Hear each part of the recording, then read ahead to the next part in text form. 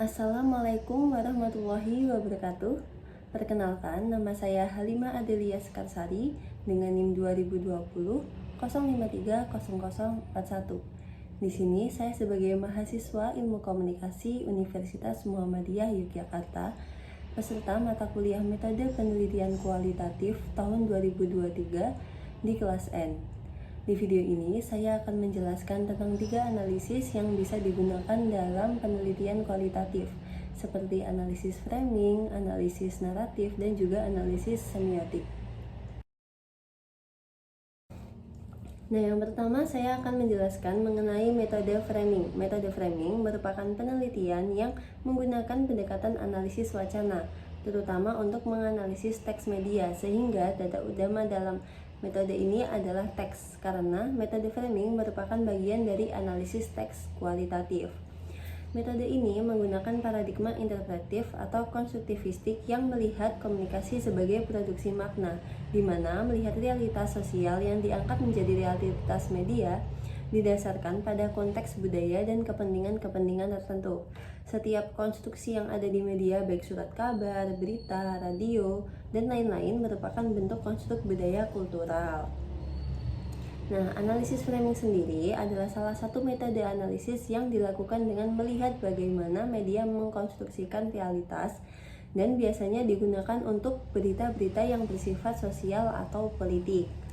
Tujuan analisis framing yaitu untuk mengamati dan mengetahui bagaimana cara pandang yang dipilih wartawan atau penulis ketika menyeleksi peristiwa yang diliputnya dan menulisnya menjadi sebuah cerita.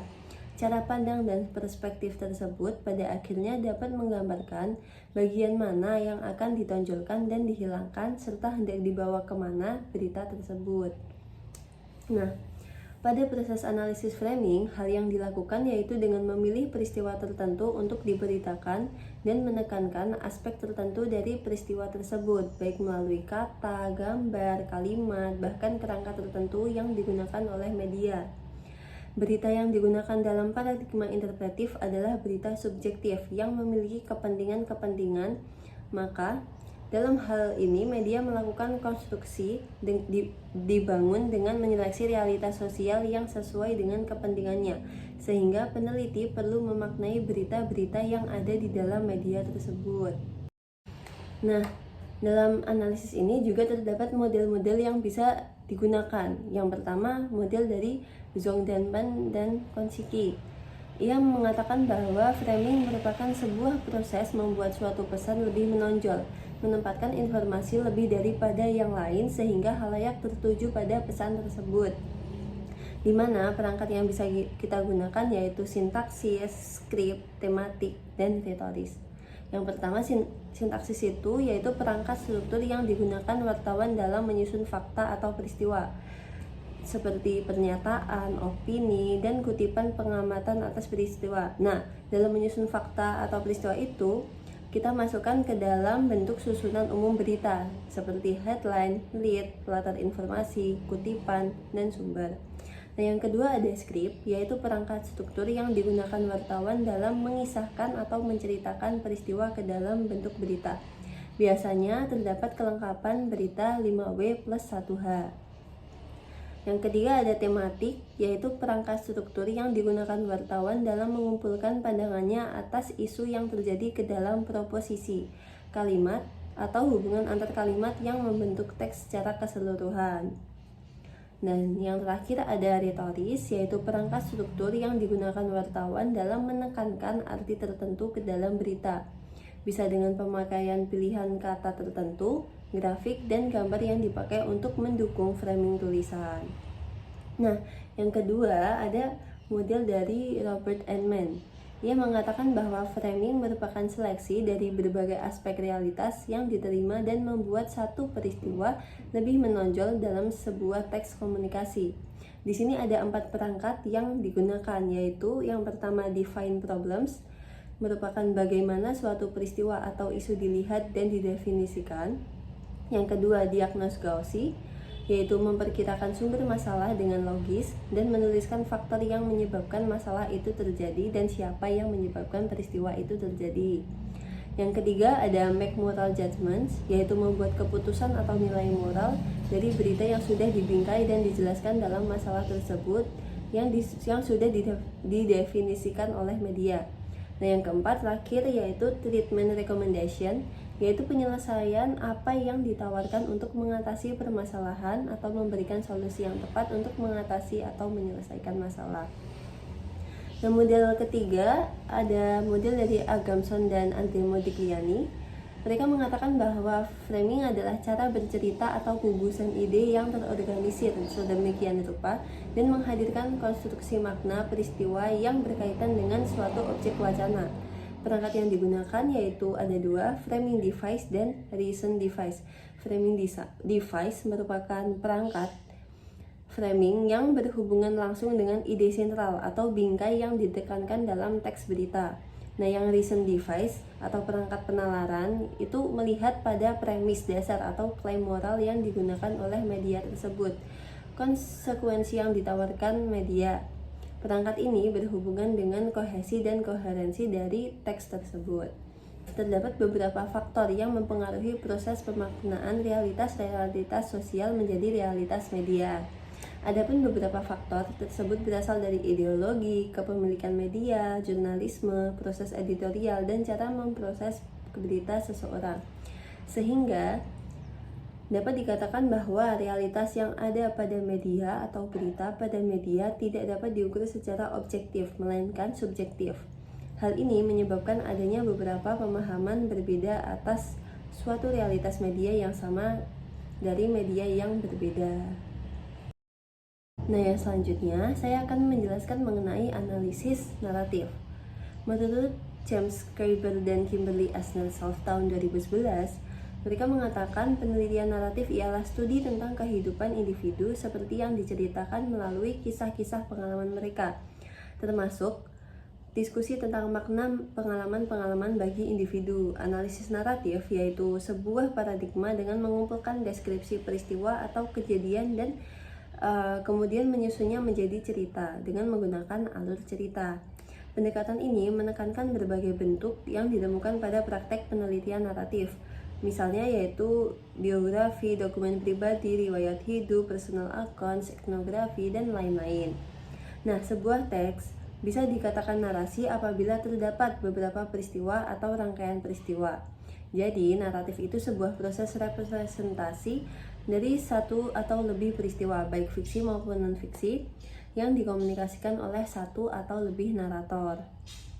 Terus, analisis ini digunakan untuk mengetahui bagaimana peristiwa disusun dan jalinan antara satu peristiwa disusun dengan peristiwa lain.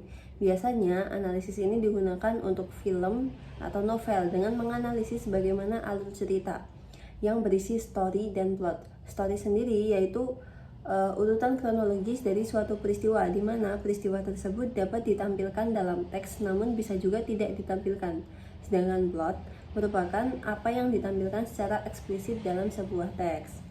Nah, di sini juga ada manfaat dalam analisis naratif. Yang pertama, membantu memahami pengetahuan, makna, nilai produksi yang disebarkan ke masyarakat.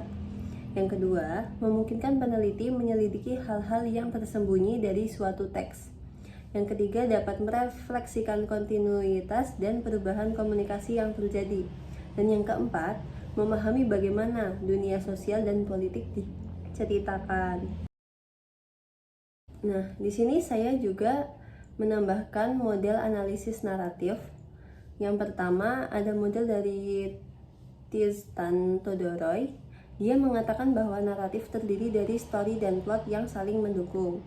Yang kedua ada dari Vladimir Prop. Prop melihat unsur film adalah function, yaitu fungsi kejadian-kejadian yang dipertunjukkan dalam film, dan consequence, yaitu akibat yang terjadi dari kejadian tersebut. Terus juga ada abstrak untuk menganalisis story dan plot pada film-film dengan genre science fiction atau horror. Terus yang terakhir ada semiotik Levi-Strauss yang dikenal dengan model strukturalism dengan menekankan pada bagaimana struktur bahasa dibentuk karena unsur sosial, ekonomi, politik, dan budaya. Nah, yang terakhir, saya akan menjelaskan mengenai analisis semiotik. Secara etimologis, istilah semiotik berasal dari kata Yunani, semeino, yang berarti tanda. Tanda itu sendiri didefinisikan sebagai suatu atas dasar konvensi sosial yang terbangun sebelumnya dapat dianggap mewakili sesuatu yang lain. Sedangkan secara terminologis, semiotik dapat didefinisikan sebagai ilmu yang mempelajari sederetan luas objek-objek, peristiwa-peristiwa, dan seluruh kebudayaan sebagai tanda. Analisis semiotik berupaya menemukan makna tanda termasuk hal-hal yang tersembunyi di balik tanda seperti teks, iklan, dan berita. Karena sistem tanda sifatnya sangat konstekstual dan bergantung pada penggunaan tanda tersebut. Jadi, semiotika merupakan sebuah disiplin ilmu dan metode analisis yang dapat mengkaji tanda-tanda yang terdapat pada suatu objek untuk diketahui makna yang terkandung dalam objek tersebut. Semiotika terdiri atas sekumpulan teori tentang bagaimana tanda-tanda mempresentasikan benda, ide, keadaan, situasi, perasaan, dan kondisi di luar tanda-tanda itu sendiri. Nah, di analisis semiotik ini juga terdapat 3 prinsip dasar. Yang pertama, language dan parol. Language yaitu dapat diartikan sebagai suatu sistem dari tanda atau kode itu sendiri. Sedangkan parol adalah tindakan yang dilakukan secara individual dari kemauan dan kecerdasan berpikir. Yang kedua, ada signifier yang berarti petanda dan signifiant yaitu penanda. Makna muncul ketika ada hubungan yang bersifat asosiatif antara yang ditandai, signified, dan penanda, signifier. Seseorang menggunakan tanda untuk mengirim makna tentang objek dan orang lain yang akan menginterpretasikan tanda tersebut. Jadi, meskipun antara penanda dan petanda tampak sebagai entitas yang terpisah-pisah, namun keduanya hanya sebagai komponen tanda. Nah, yang ketiga, yang terakhir, sinkronik dan diakronik merupakan konsep yang mempelajari bahasa dalam kurun waktu tertentu. Sinkronik dalam bahasa adalah penjelasan tentang kondisi tertentu yang berhubungan dengan suatu masa, sedangkan diakronik adalah penjelasan tentang perkembangan setelah suatu hal yang terjadi di suatu masa tertentu. Sekian penjelasan yang dapat saya sampaikan mengenai analisis framing, naratif, dan semiotika. Kurang lebihnya saya mohon maaf. Wassalamualaikum warahmatullahi wabarakatuh.